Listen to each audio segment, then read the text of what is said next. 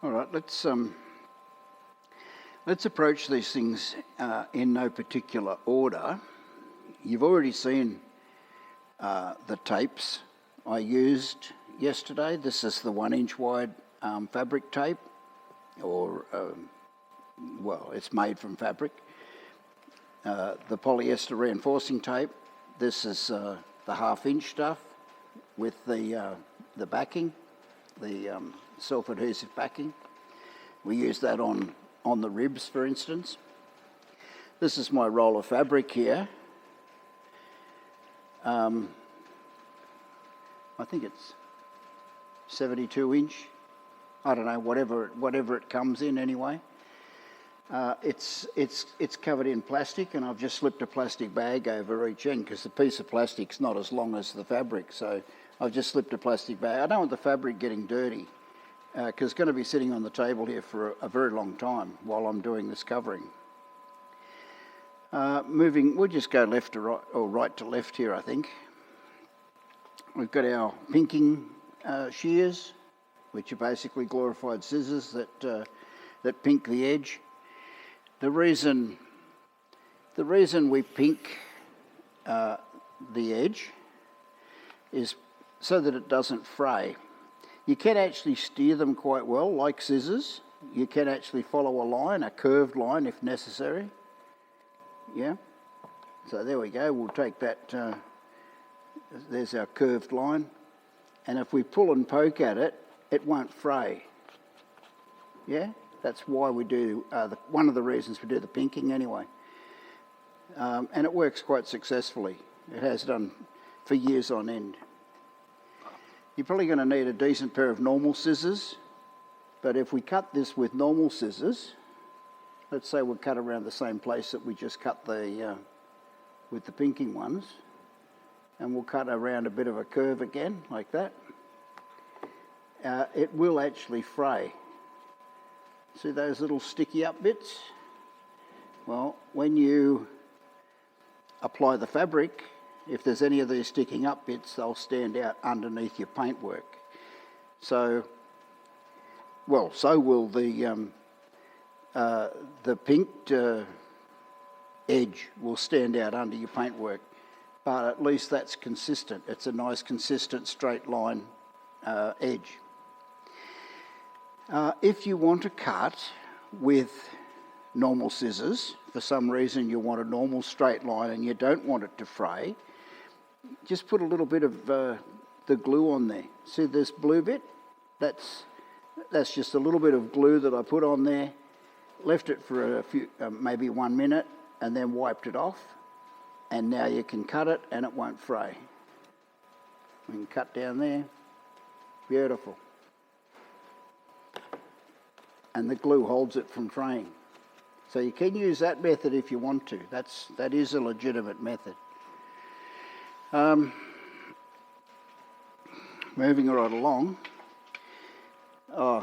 These things are fairly handy.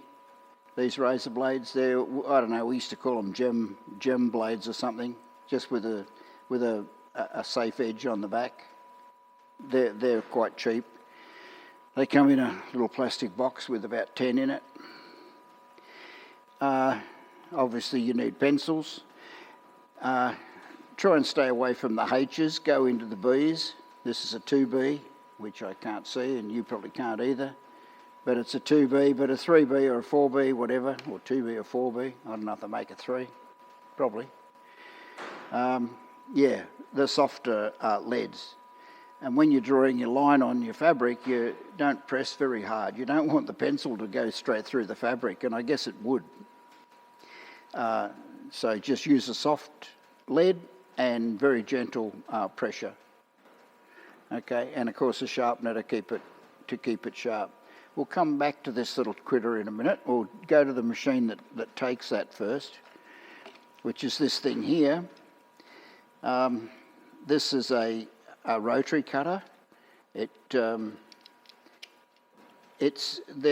mighty sharp, incredibly sharp in fact. There's the blade, and it will retract and extend.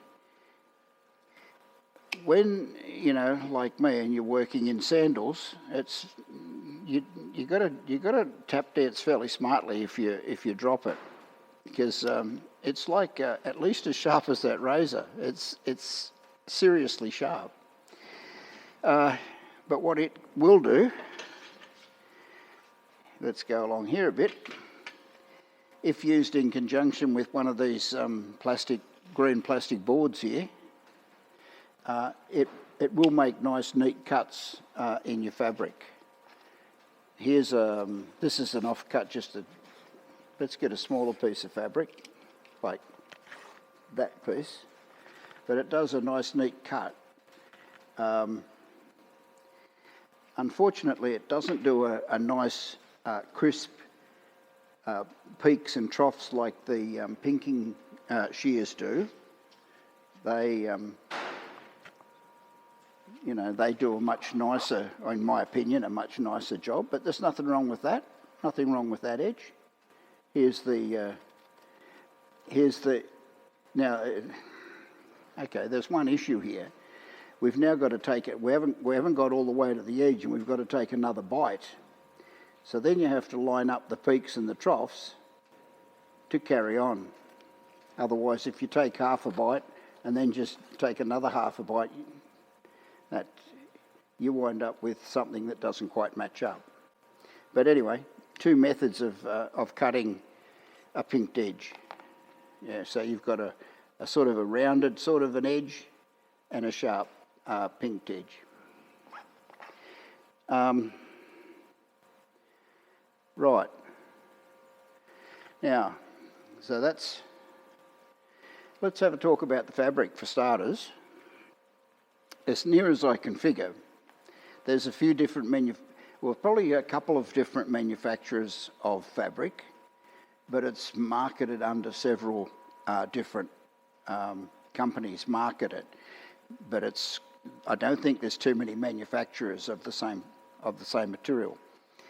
That you can research it and find out yourself. But there are basically three different weights of cloth, if you like. There's a lightweight cloth, which is, I guess, fairly probably for ultralights and for light sport aeroplanes. Yeah. There's a medium weight cloth, which would be more for GA aeroplanes, anything in the GA category. And then there's a heavyweight, which would be for like military aeroplanes and, like DC-3 elevators and ailerons and that sort of thing. Yeah, so there's the fabric that I'm using that was supplied with this kit is a lightweight fabric, and I think it's about right. Yeah, it's about right for my aeroplane. My aeroplane has a V&E. I think it's 100 knots or 98 knots or something like that.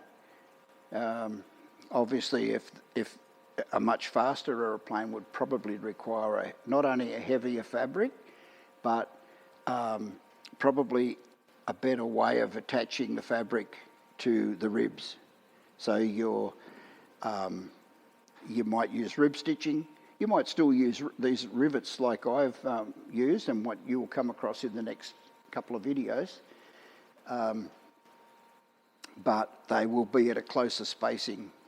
This aeroplane uses a 3.5-inch spacing for its rivets. A faster aeroplane might use a 2.5-inch spacing. So that's fabric.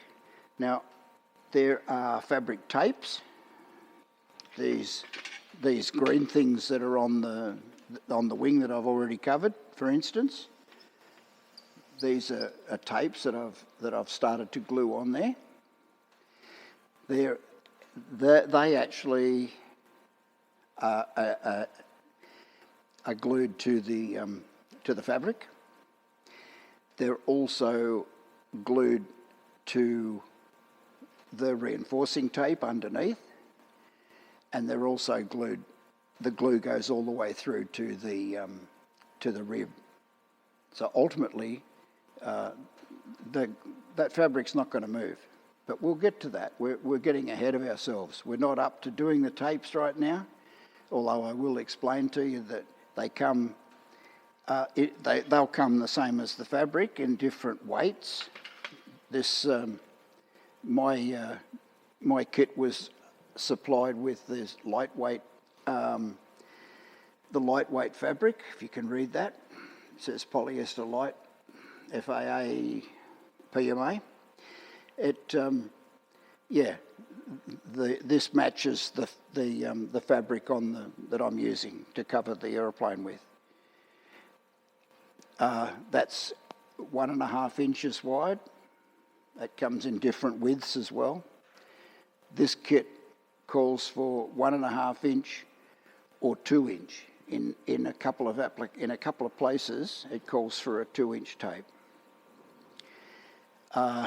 which is what this one is next door. It's a 2 inch one, so you've got 1.5 inch and 2 inch. I've also managed to get my hands on some 3 inch tape. A 3 inch, this is a 3 inch bias tape. Oh, bias, B-I-A-S, yeah, bias. It means that the weave of the fabric making up the tape runs at 45 degrees at each way, okay? The other tapes, the weave runs across and long ways parallel with the edges of the tape. But this one's different. Oh, okay. Well, is that better or worse? It's different. It's different, quite considerably different. What it will do is it will bend around an edge. Like, say my finger is a piece of the structure, it will go around that and it will go in a curve. It'll go all sorts of ways. Bias material will conform fairly well with whatever you want. This other tape won't. The other tape, you conform to it, it doesn't conform to you. So that's the tapes. We won't be using them until after we've got the main bulk of that white fabric material in place. And I'm only doing one side at a time. This is the bottom of the wing that I'm working on now. The other wing located just over there that we've been working on the last few days, that's the bottom of that wing as well. You need to think through where the tapes, where the fabric is going to overlap. And once it overlaps the existing fabric, I keep saying tape for, where are your joins going to be? Are they going to be visible? Are they going to be a sufficient overlap and all this sort of thing? We'll get to that in later videos, or maybe this video later on. Okay. You need lots of paintbrushes. Yeah, when you put the fabric on. This is looking pretty rough in here. You can see along that trailing edge, it's a fairly rough job. Well, I'll try and get down there so you can have a look at that. But it's not very good, is it? But it doesn't matter. For one, it's out of the way. The aileron's going to be covering that up, so you won't see it. But it will eventually be green all the way around. It won't look like it does now. And these tapes will get cut off so that they're all exactly the same length. And then probably the 2 inch tape will be run along over the top. Yeah? So, but you've got to think all that through. It's not going to just happen, and there's no instructions. Yeah? You've got to work it out yourself. So watch the videos, watch the, Stuart Systems put out some really good videos on how to do it. And I'm just giving you some of the highlights. You know, I'm certainly no expert. this thing, I went to the $2 shop just before I turned the camera on. I just got back. This packet of paintbrushes, for instance, because you go through a lot of paintbrushes, they tend to go hard with the glue. There's 13 pieces for $7, $6.95. And that's Australian dollars, so about $5 US for 11 paint or 13 paintbrushes. And they're good. They're about what you need. You don't need a big brush, and if you do, just buy a cheap one, because you're probably going to throw it away when you're finished. It's not something that's going to be... You can reuse them, but it's probably more efficient to just throw it away and get a new one. This thing I bought from the $2 shop as well, which cost me $3.50, so obviously there's a bit of inflation. It's a rubbery type material that is used as an eraser. It's an adhesive eraser. It, for instance, we'll move along to the left a bit further, to the left, to the left, to the left. Right here. Here's a piece of scrap material that I accidentally spilt some glue on. I didn't mean to do it, or I didn't notice it until later. So we'll see if this thing works. I've not used... I actually bought one of these, which was a material that feels exactly the same as this. Matter of fact, it feels exactly the same as this, but it was only half that size. I bought that from Stewart Systems, and I think it cost me like, I don't know, $5 or $10 or something. So $3.50 is obviously cheap. But I'll just put you over there for a bit. But it should, all things being equal, it should allow you to rub this off. And even if this glue was, even if it was spilt on the fabric, you can still rub it off. You know, provided it's not a massive, great spill. Now that came off fairly easily. So you probably need one of these things. You know, I've been collecting some of these things. I've been collecting for years, right since I've known that I was going to do this project. Those pinking shears, I've had them for probably at least 5 years, maybe more. You will also need some sort of paper towel. With the glue, with the adhesive for the fabric, you tend to spend more time wiping the adhesive off than you do putting it on. Okay, I really need to do a piece to show you what I'm talking about. Let's say, we will do it, what the heck. Here's our, now I'll lower you back down again, I guess. Out there. Here's our structure, let's say, some part of the structure, our simulated piece of structure here. And I've drawn a couple of lines on it with the pencil. We've got a piece of fabric and we want to glue that piece of fabric along that line. Well, it'd probably be helpful if the fabric was straight, you know, like a bought piece of fabric here has a cut edge where I've cut it to use somewhere else, or this is an offcut from something else. But this other edge is not. This other edge is the maker's edge. You can pull on that all you like and it won't fray. This is what came from the factory that made it. So we can use that to our advantage as well.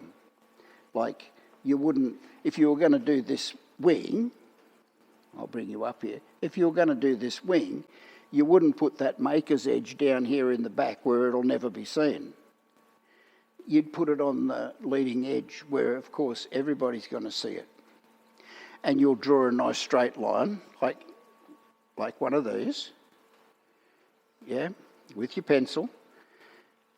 perfectly straight from one end to the other, so when you fly, to somewhere where there's people, they'll look at it and go, oh, wow, he's done a good job. Instead of going, oh, what the hell did he do that for? He could have done it the other way around. So, yeah, let's say we're going to, we'll use a piece of the maker's edge, nice neat cut. We'll use our pinking blade, wherever that is.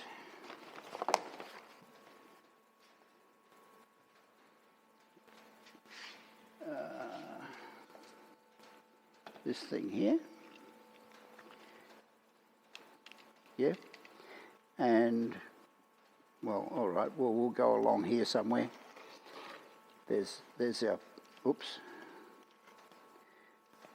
Now that's got us in a bit of a bother. But there's our nice straight maker's edge, this one. And we're going to apply it, I don't know, here, let's say. We can line it up fairly well with that line. And it's straight, so it will conform to that line. But we need, I'll put you over there and bring you back this way a little bit.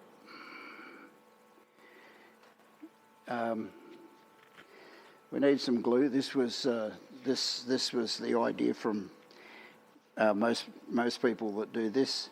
You get a paper cup and glue it onto in this case a paper plate, and then you can put an ordinary cup inside the cup that's glued to the paper plate.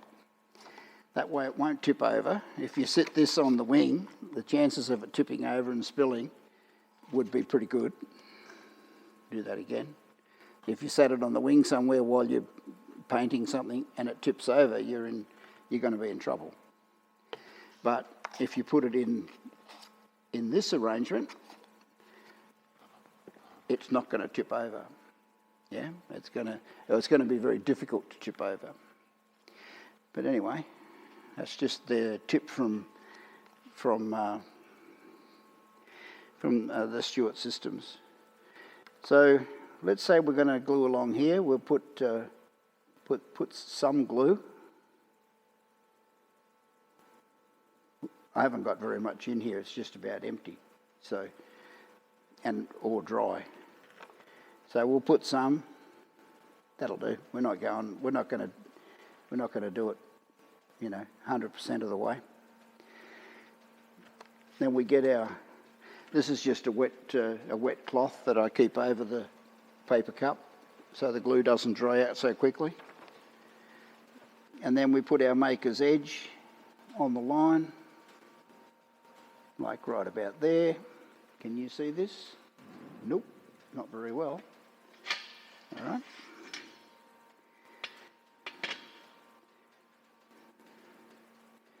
Yeah, put our maker's edge on the line. I'd normally have my gloves on when I'm doing this as well.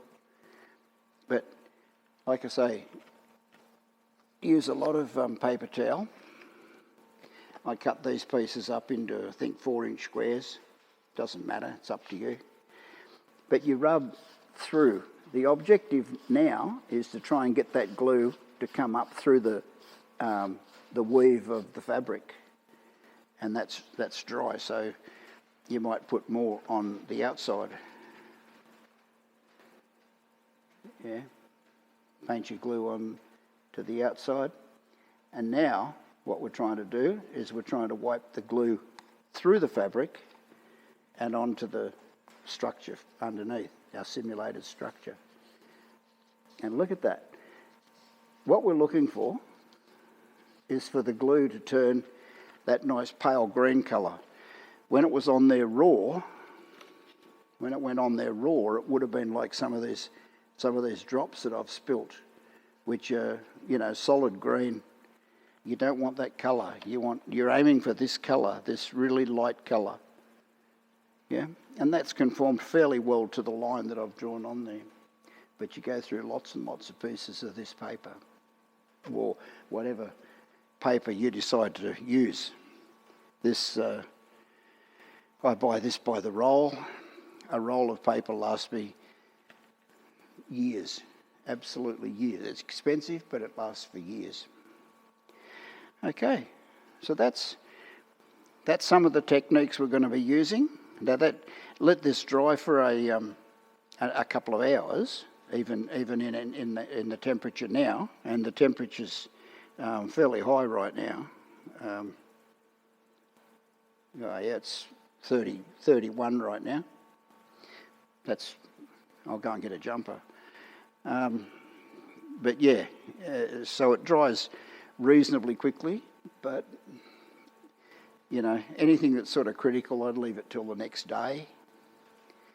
So yeah, that's what we're trying to do. We're trying to wipe the glue through the weave of the fabric, and so that it, you know, covers whatever material you're trying to, the substructure you've got.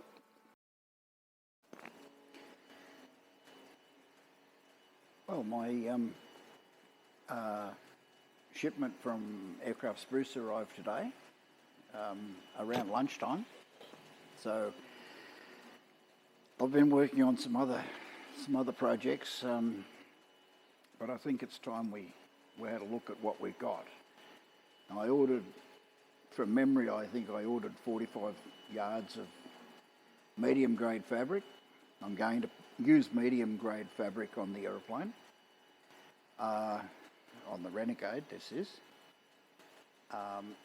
except for some places I will use the lighter fabric, which I've got, I don't know, 30 odd metres left anyway. I also ordered some other bits and pieces which I can't remember, but let's have a look and see what we wound up with.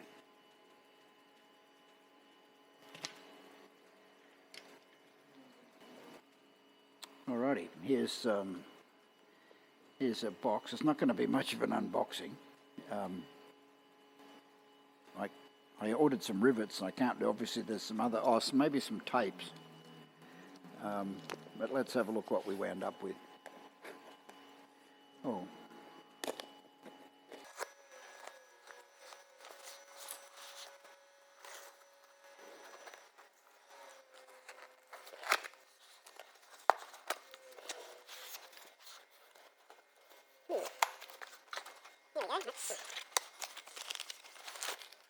Yeah,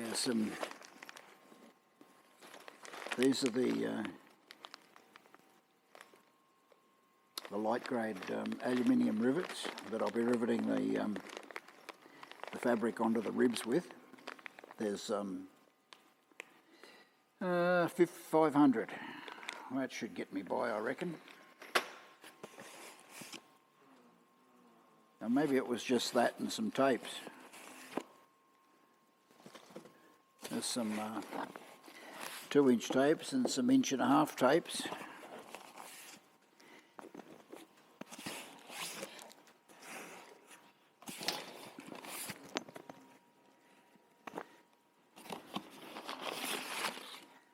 Yep, that's all we had. That was a bit of a disappointment. That unboxed. This is the 45 yards of fabric. Let's just have a look at it and see what it looks like anyway. For starters, it looks, if it goes all the way to the end here, then it looks to already be longer than my light grade fabric. But anyway, I guess that's what we're going to take a look and see.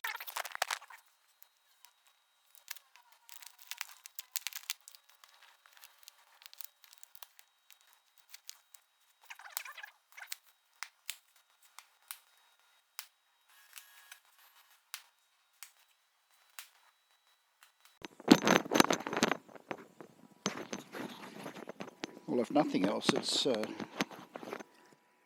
certainly well packaged. We'll come around this way a little bit.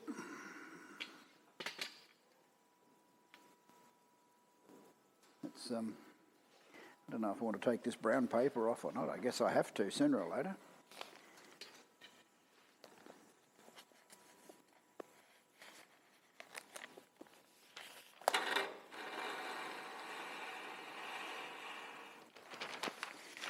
Okay. Oh yeah, that fabric.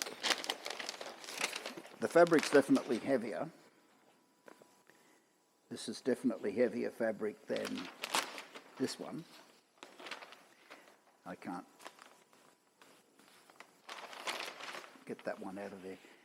This fabric is I think it's 2.7 or 2.8 ounces per square yard.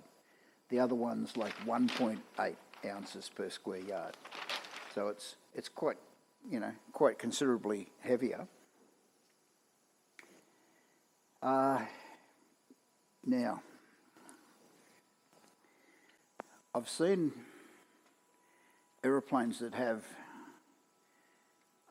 increased the horsepower, the engine horsepower considerably, and the bit that really suffers first is the rear end. So the horizontal stabiliser, the elevators, the rudder, the fin. Rudder in particular, because it's got to cop all that side load from the propeller. The propeller wash comes around and hits on one side of the rudder and one side of the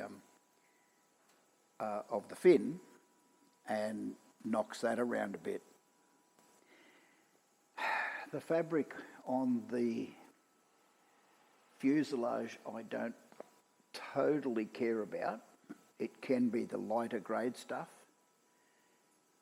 but I really want the back end to have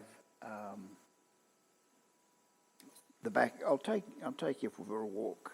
I really want the back end of the aeroplane to have stronger fabric.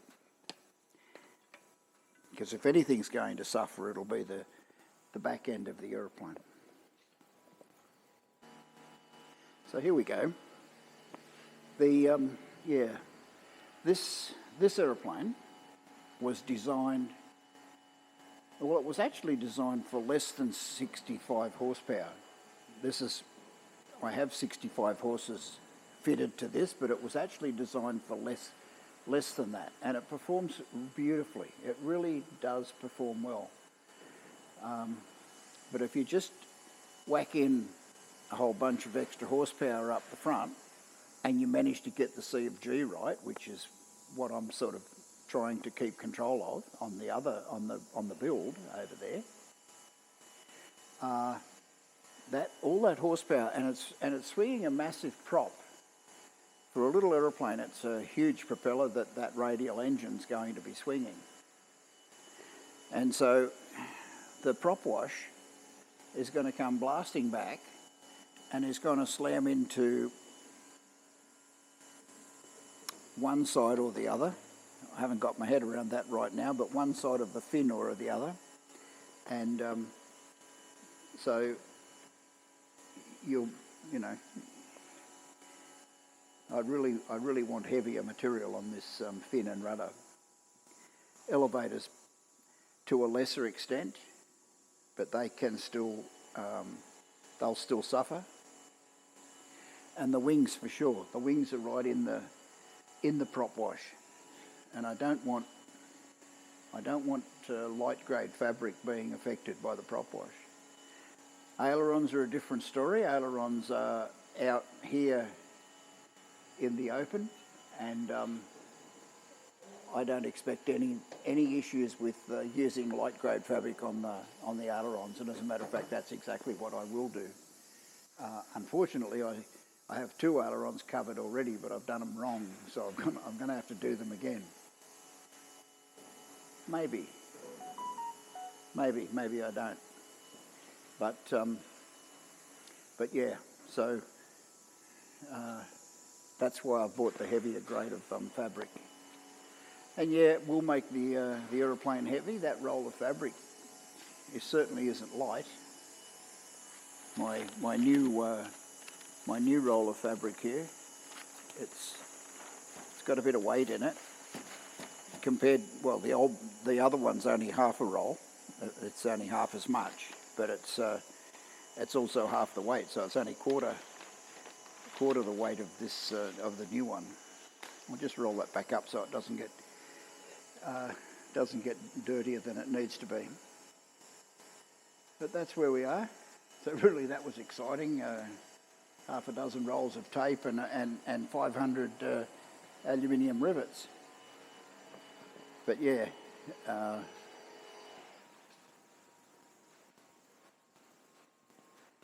No, I will. I will recover these. I will recover these ailerons. These are the upper wing ailerons. I'll recover all of this stuff with the heavier grade of fabric. But yeah, so anyway, that's where we're up to today. Hopefully, I'll be back into working. What time is it? Maybe this afternoon.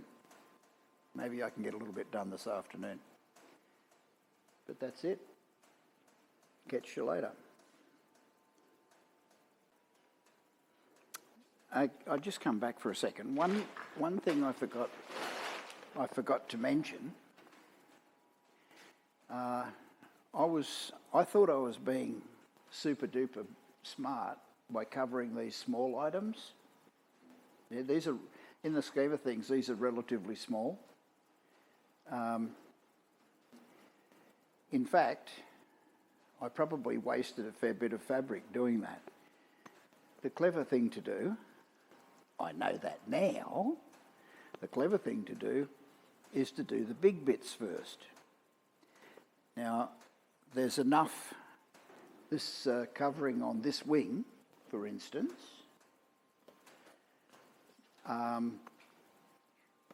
there's a fair bit been cut off this. This is more than the width of the roll of fabric. Just this bit where I cut out for the aileron, that fabric, that off-cut piece of fabric is probably enough to cover one side of any of those pieces over in the corner there. Yeah. So, but now, where is it? Oh, it's sitting. I kept it, but I don't have any small pieces to cover with it. So I've basically wasted it. I really should have thought about that and used the offcuts to cut, which is what I'll do now, of course.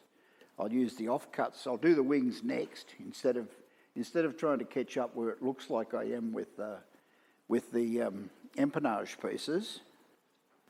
I will probably do this wing since it's down in a place where I can get at and it's all laid out ready to go. I'll cover that with the heavier grade of fabric.